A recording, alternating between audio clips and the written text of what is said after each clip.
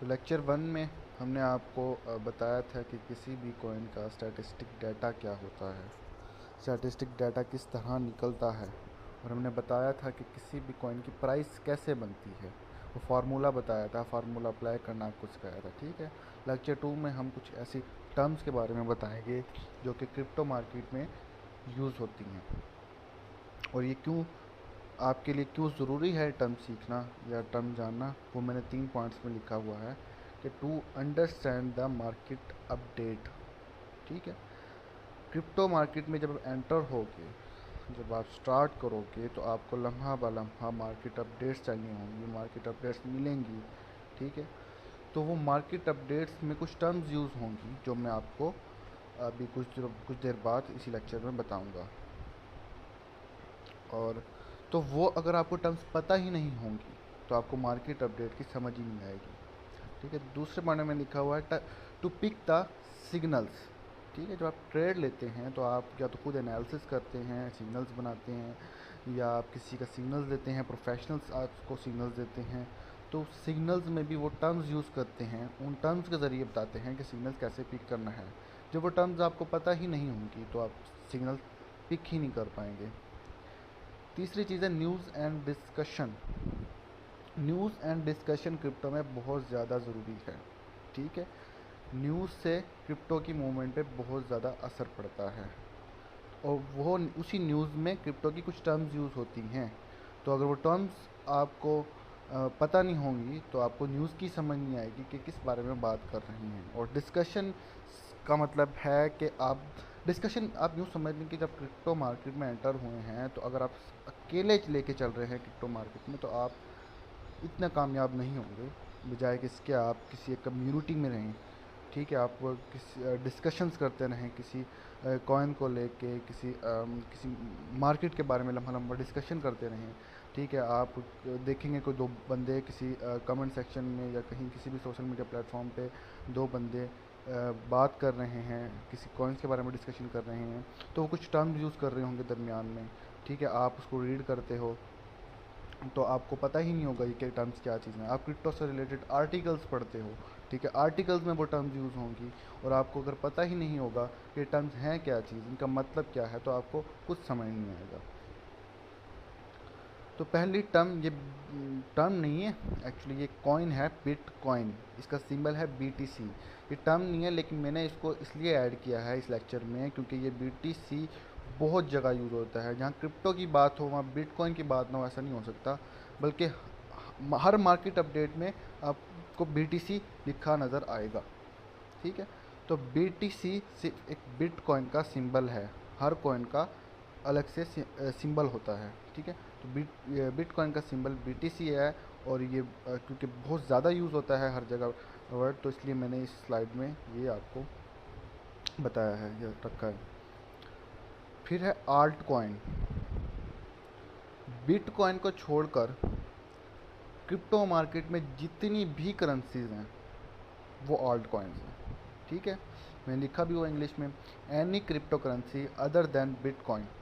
ठीक है, बिटकॉइन को निकाल कर बाकी जितनी भी करेंसीज हैं, चाहे वो जितनी बड़ी करेंसी है, एथीरियम है, ठीक है, या UNC है, सोल है, जो भी है, वो आल्ट कॉइन्स उन्हें कहते हैं। ठीक है, नेक्स्ट आ जाता है शिट कॉइन। शिट कॉइन्स से मुराद वो कॉइन जिसमें बिल्कुल ही पोटेंशियल ना हो। ठीक है, ज़्यादातर जो शिट कॉइन्स हैं वो स्कैमर्स यूज़ करते हैं उनका। ठीक है, वो लोग जिनको क्रिप्टो करेंसी के बारे में नहीं पता, तो कुछ स्कैमर्स आते हैं, उन लोगों को फंसाते हैं, उनको लूटने की कोशिश करते हैं।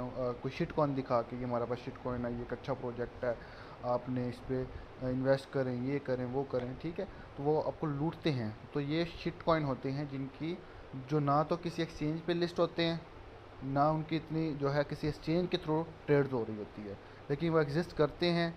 उनको स्कैमर्स यूज़ कर रहे होते हैं, क्योंकि मैंने आपको पहले भी बताया था कि क्रिप्टो की मार्केट में 20,000 से ज़्यादा करेंसीज हैं। ठीक है, तो बंदा कोई भी स्कैमर आके कोई भी एक मामूली सा एक शिट कॉइन उठा के आपको लूटने की कोशिश कर सकता है, तो शिट कॉइन से दूर रहना। फिर आ जाता है बेयर या सेलर। ठीक है, सबसे पहले तो मैंने यहाँ एक लफ्ज़ टर्म यूज़ होती है ना, बेयर। अब एक रीच है बेयर। ठीक है, वो जब अपने टारगेट पे अटैक करता है तो वो उसको उसको अपने पंजों से ज़मीन की तरफ से पटकता है, ज़मीन की तरफ पटकता है, मतलब वो उसको नीचे की तरफ धकेलता है। तो इसी तरह जो सेलर होता है, बेचने वाला, ठीक है, वो जब कॉइन को बेचता है तो कॉइन की प्राइस है वो डिक्रीज़ होती है। एक कॉइन की प्राइस कब डिक्रीज़ होती है? जब उसके ख़रीदने वाले कम हों, उसके बेचने वाले ज़्यादा हों, ठीक है। तो जो बेचने वाले को इसीलिए बेयर कहते हैं, क्योंकि वो मार्केट को नीचे गिराता है। जिस तरह एक रीछ अपने टारगेट को अपने पंजों से ज़मीन की तरफ पटकता है, नीचे गिराता है। बेरिश एंड डंपिंग, ठीक है। बेरिश बेयर से निकला है, तो साफ सा मतलब है बेयर जिस तरह नीचे गिराने वाले को कहते हैं, बेरिश का मतलब भी एक नीचे की मूवमेंट होगी, ठीक है। मैंने लिखा हुआ है नेगेटिव प्राइस मूवमेंट या प्राइस डिक्रीज। जब प्राइस किसी कॉइन की डिक्रीज होती जा रही है उसका मतलब है बेरिश मूवमेंट, बेरिश मूवमेंट, या उसको डंपिंग भी कहते हैं, ठीक। नेक्स्ट है बुल या बायर, ठीक है। अब जैसे बेरिश में आपको बताया था कि बेयर जो होता है वो अपने टारगेट को अपने दोनों पंजों से नीचे की तरफ पटकता है, इसलिए सेलर को बेयर कहता है। इसी तरह बायर को बुल कहते हैं, क्योंकि एक कॉइन की प्राइस इंक्रीज़ तब होती है, बढ़ती तब है जब उसको ख़रीदने वाले ज़्यादा हों और उसको बेचने वाले कम हों, बायर ज़्यादा हों, सेलर्स कम हों, ठीक है। तो बुल जब किसी भी एक जो बुल होता है वो जब किसी पे अपने टारगेट पर अटैक करता है तो उसको अपने सींग से नीचे से उठाता है, उसको सींग मारता है, उसको ऊपर की तरफ उठाता है, ठीक है। इसी तरह जो बायर जो होते हैं वो मार्केट को ऊपर की तरफ उठाते हैं, कॉइन की प्राइस को ऊपर की तरफ उठाते हैं। और बुलिश इसी तरह बुलिश से निकला है कि जब प्राइस की मूवमेंट ऊपर की तरफ जा रही हो, किसी भी कॉइन की प्राइस ऊपर की तरफ जा रही हो तो उसको हम कहते हैं बुलिश मूवमेंट, ठीक है। पॉजिटिव प्राइस मूवमेंट या प्राइस इंक्रीज मैंने लिखा हुआ है, ठीक है। इसको पंपिंग भी कहते हैं, पंप होना कॉइन का, ठीक है। अब दोबारा मैं रिपीट कर देता हूँ, कॉइन की प्राइस डिक्रीज हो रही है डंपिंग, इंक्रीज हो रही है पंपिंग। एंट्री,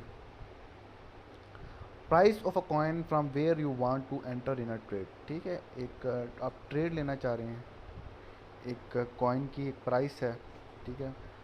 आप उस कॉइन की प्राइस से आप ट्रेड लेते हैं कि यहाँ से इस कॉइन की प्राइस इंक्रीज़ होगी, ठीक है।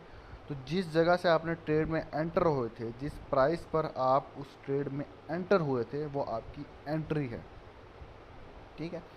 फॉर एग्ज़ाम्पल मैं आपको एक मिसाल दे देता हूँ कि एक कॉइन है एक्स, ठीक है। उसकी मार्केट पे प्राइस चल रही है $5.3, $5.3। आप $5.3 पे कोई ट्रेड लगा देते हैं, अप की या डाउन की, ठीक है, लॉन्ग या शॉर्ट जो भी। तो वो तो एक अलग चीज़ है कि वो आपको प्रॉफिट देता है लॉस देता है, लेकिन जो 5.3 आपकी जो जहाँ आपने ट्रेड में एंटर हुए हो, जिस जगह पे आप ट्रेड में एंटर हुए हो, जहाँ से आपने ट्रेड शुरू की है, वो आपकी है एंट्री, ठीक है। तो एंट्री आपको समझ आ गई। अब आगे है long, a trade in which you bid that price of a coin will increase, ठीक है। ये ऐसी ट्रेड है जिसमें आप शर्त लगाते हो या बिड लगाते हो या प्रिडिक्ट करते हो कि कॉइन की प्राइस यहाँ से इंक्रीज़ होगी, ठीक। एक कॉइन है एक्स ले लिया, ठीक है, उसकी एक प्राइस चल रही है, कुछ भी चल रही है, ठीक है। आप वहाँ से उस पर ट्रेड लगाते हो कि यहाँ से इस कॉइन की वैल्यू इंक्रीज़ होगी, इसका मतलब ये है कि आप उसकी पोजीशन को लॉन्ग कर रहे हो, ठीक है। तो ये लॉन्ग आपको समझ आ गया। लॉन्ग करना क्या होता है? पोजीशन लॉन्ग करना मतलब आप उसको एक कॉइन की प्राइस पे बिड लगा रहे हो कि वहाँ से उसकी प्राइस इंक्रीज़ होगी। शॉर्ट, शॉर्ट बिल्कुल लॉन्ग के अपोजिट है, ठीक है। अ trade in which you bid that the coin of price will decrease, एक कॉइन की प्राइस चल रही है, आप उसमें ट्रेड में एंटर होते हो और आप बिड लगाते हो कि वहाँ से उसकी प्राइस डिक्रीज़ होगी। इसका मतलब है कि आप उस पोजीशन को शॉर्ट कर रहे हो, ठीक है, ट्रेड लगा रहे हो। मतलब आपने ट्रेड ली है, कौन सी ट्रेड ली है? आपने पोजीशन शॉर्ट की है, शॉर्ट ट्रेड ली है, उसको नीचे की तरफ लेके जा रहा है, ठीक है। तो शॉर्ट हो गया। उसके बाद आ जाता है टेक प्रॉफिट। यहाँ मैंने लिखा हुआ है द मार्केट पोजीशन या price of a coin where you want to book profit and close the trade. एक ऐसी एक कॉइन की ऐसी प्राइस, एक पार्टिकुलर कॉइन की ऐसी प्राइस जहां आपको प्रॉफिट हो रहा हो और आप कहते हो बस मुझे यहाँ से और प्रॉफिट नहीं लेना, यहाँ ट्रेड क्लोज हो जाए और मेरे पास जितना प्रॉफिट है वो बुक कर लूँ, मैं बुक हो रहा था वो बुक कर लूँ, ठीक है। या आप पॉइंट्स लगाते हो, एक ट्रेड लेते हुए आप जो पॉइंट्स लगाते हो कि एक टेक प्रॉफिट का पॉइंट लगा दिया, ठीक है, एक टेक प्रॉफिट 2 का पॉइंट लगा दिया, ठीक है, तो उन पॉइंट्स पे आपकी ट्रेड क्लोज हो जाएगी और आपका जो प्रॉफिट है वो बुक हो जाएगा। मतलब आप सो रहे हो, आप जो भी कर रहे हो, अगर आपने टेक प्रॉफिट का पॉइंट लगाया हुआ है और प्राइस वहाँ तक आती है, ठीक है, तो ट्रेड ऑटोमेटिकली क्लोज हो जाएगी और आपका प्रॉफिट बुक हो जाएगा। स्टॉप लॉस, ठीक है, ये इसी तरह है टेक प्रॉफिट के उलट। मार्केट पोजीशन या price of a coin where you don't want to bear more loss, मतलब एक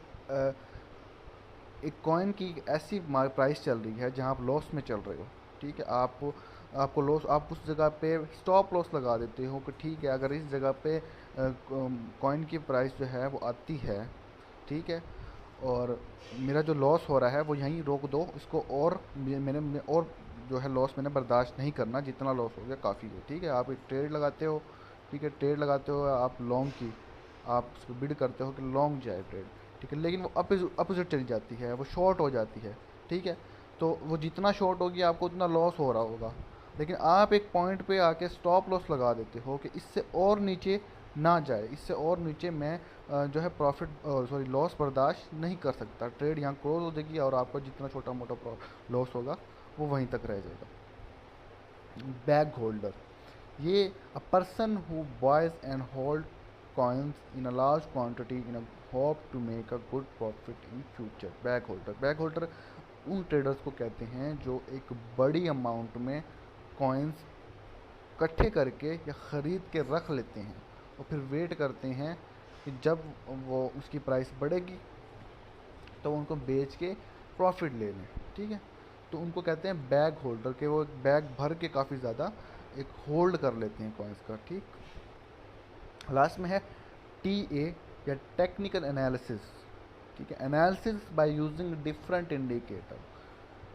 इसमें आप टेक्निकल एनालिसिस एक कोर्स है जो हम आपको आगे जब ग्रुप चलेगा, जब आप पेड कोर्स कह लें जब चलेगा, तो उसमें हम आपको टेक्निकल एनालिसिस सिखाएंगे भी, लेकिन मैं आपको बता देता हूँ टेक्निकल एनालिसिस होता क्या है, टर्म टी ए है क्या चीज़। आप किसी कॉइन के बारे में टेक्निकल एनालिसिस कर रही हैं तो आप कुछ इंडिकेटर्स, कुछ टूल्स का यूज़ करके आप एक प्रिडिक्शन निकालते हैं कि कॉइन की मूवमेंट अप होगी या डाउन होगी, ठीक है, तुक्के नहीं मारते, ना कोई आप इल्म नजूम हो कि आपने शर्त लगा रही हो या जुआ खेल रहे हो कि ठीक है यार मेरे पैसे लगा दिए ऊपर गया ठीक है वरना नीचे आया तो लो, आप उसका एक एनालिसिस करते हो इंडिकेटर्स के ज़रिए, टूल्स के ज़रिए, वो आपको बाद में हम सिखाएंगे किस तरह करना है, ठीक है, तो इसको कहते हैं टेक्निकल एनालिसिस, जो हम एक डिफरेंट इंडिकेटर टूल्स के ज़रिए करते हैं।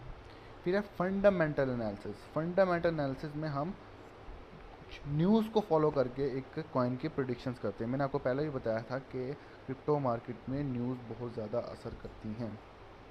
अच्छी न्यूज़ आएगी किसी कॉइन के बारे में तो कॉइन अप जाएगा, बुरी आएगी तो कॉइन नीचे जाएगा, ठीक है। तो इन न्यूज़ को फॉलो करके, न्यूज़ पास्ट की न्यूज़ को, फ्यूचर में आने वाली कुछ न्यूज़ सुन रही हैं जो मतलब सर्कुलेट कर रही है न्यूज़, उनको सुनकर आप जो एनालिसिस करते हो कि कॉइन की जो प्राइस है वो किधर जाएगी, उस एनालिसिस को कहते हैं फंडामेंटल एनालिसिस। मैं मिसाल देता हूँ आपको, सबसे ज़्यादा जो होता है न्यूज़ आती है वो एक बंदा है एलोन मस्क, मुर्शिद एलोन मस्क। वो ट्वीट करता है, अभी उसने लास्ट ईयर भी किया था, अपने ट्विटर के बायो में, प्रोफाइल के बायो में उसने हैशटैग बिटकॉइन लिखा था, ठीक है। जब ये न्यूज़ वायरल हुई कि दुनिया का अमीर तरीन बंदा बिटकॉइन में इंटरेस्टेड है, उसने अपने ट्विटर के प्रोफाइल में बायो में बिटकॉइन लिखा है, तो सब ने क्या कहते हैं कॉइन्स ख़रीदना शुरू कर दिए, बिटकॉइन ख़रीदना शुरू कर दिया और बिटकॉइन की प्राइस ऊपर चलेगी। इस तरह की न्यूज़ को फॉलो करके जो हम एनालिसिस करते हैं उसको कहते हैं फंडामेंटल एनालिसिस। उम्मीद है आपको मतलब जितने भी मैंने टर्म्स बताए हैं वो आपको समझ आ गए, क्योंकि ये कुछ पार्ट 1 है। देखिए मैं आपको दिखा देता हूँ, मैंने लिखा हुआ है कॉमन क्रिप्टो टर्म्स पार्ट 1। मैं इसको पार्ट्स में इसलिए समझा रहा हूँ ताकि आप कंफ्यूज ना हो जो ज़्यादा, ठीक है। ये वो टर्म्स हैं जो आपको अब अगले लेक्चर में नज़र आएंगी इस्तेमाल होते हुए। हम आपको जब अगला लेक्चर समझा रहे होंगे उसमें आपको जब ये टर्म नहीं पता होंगी तो आपको अगले टर्म की अगला जो लेक्चर है उसकी भी समझ नहीं आएगी, ठीक है। फिर इसी तरह जब हम पार्ट 2 करेंगे उसमें कुछ टर्म्स जो है आपसे क्लियर करेंगे, आपको बताएंगे, ठीक है, आपको समझ आएगी। थोड़े थोड़े करके आपको सारी टर्म्स बताएंगे। अगर हम इस तरह आपको सारी इकट्ठी बता देंगे आपको कुछ समझ नहीं आएगा, ठीक। तो आपको उम्मीद है समझ आ गई होगी। थोड़ा सा लेक्चर मेरे ख्याल से हाँ लेंथी हो गया है। बाकी ये क्या कहते हैं, आपको पीडीएफ फाइल भी आपके लेक्चर के साथ आपको मिल जाएगी। ओके।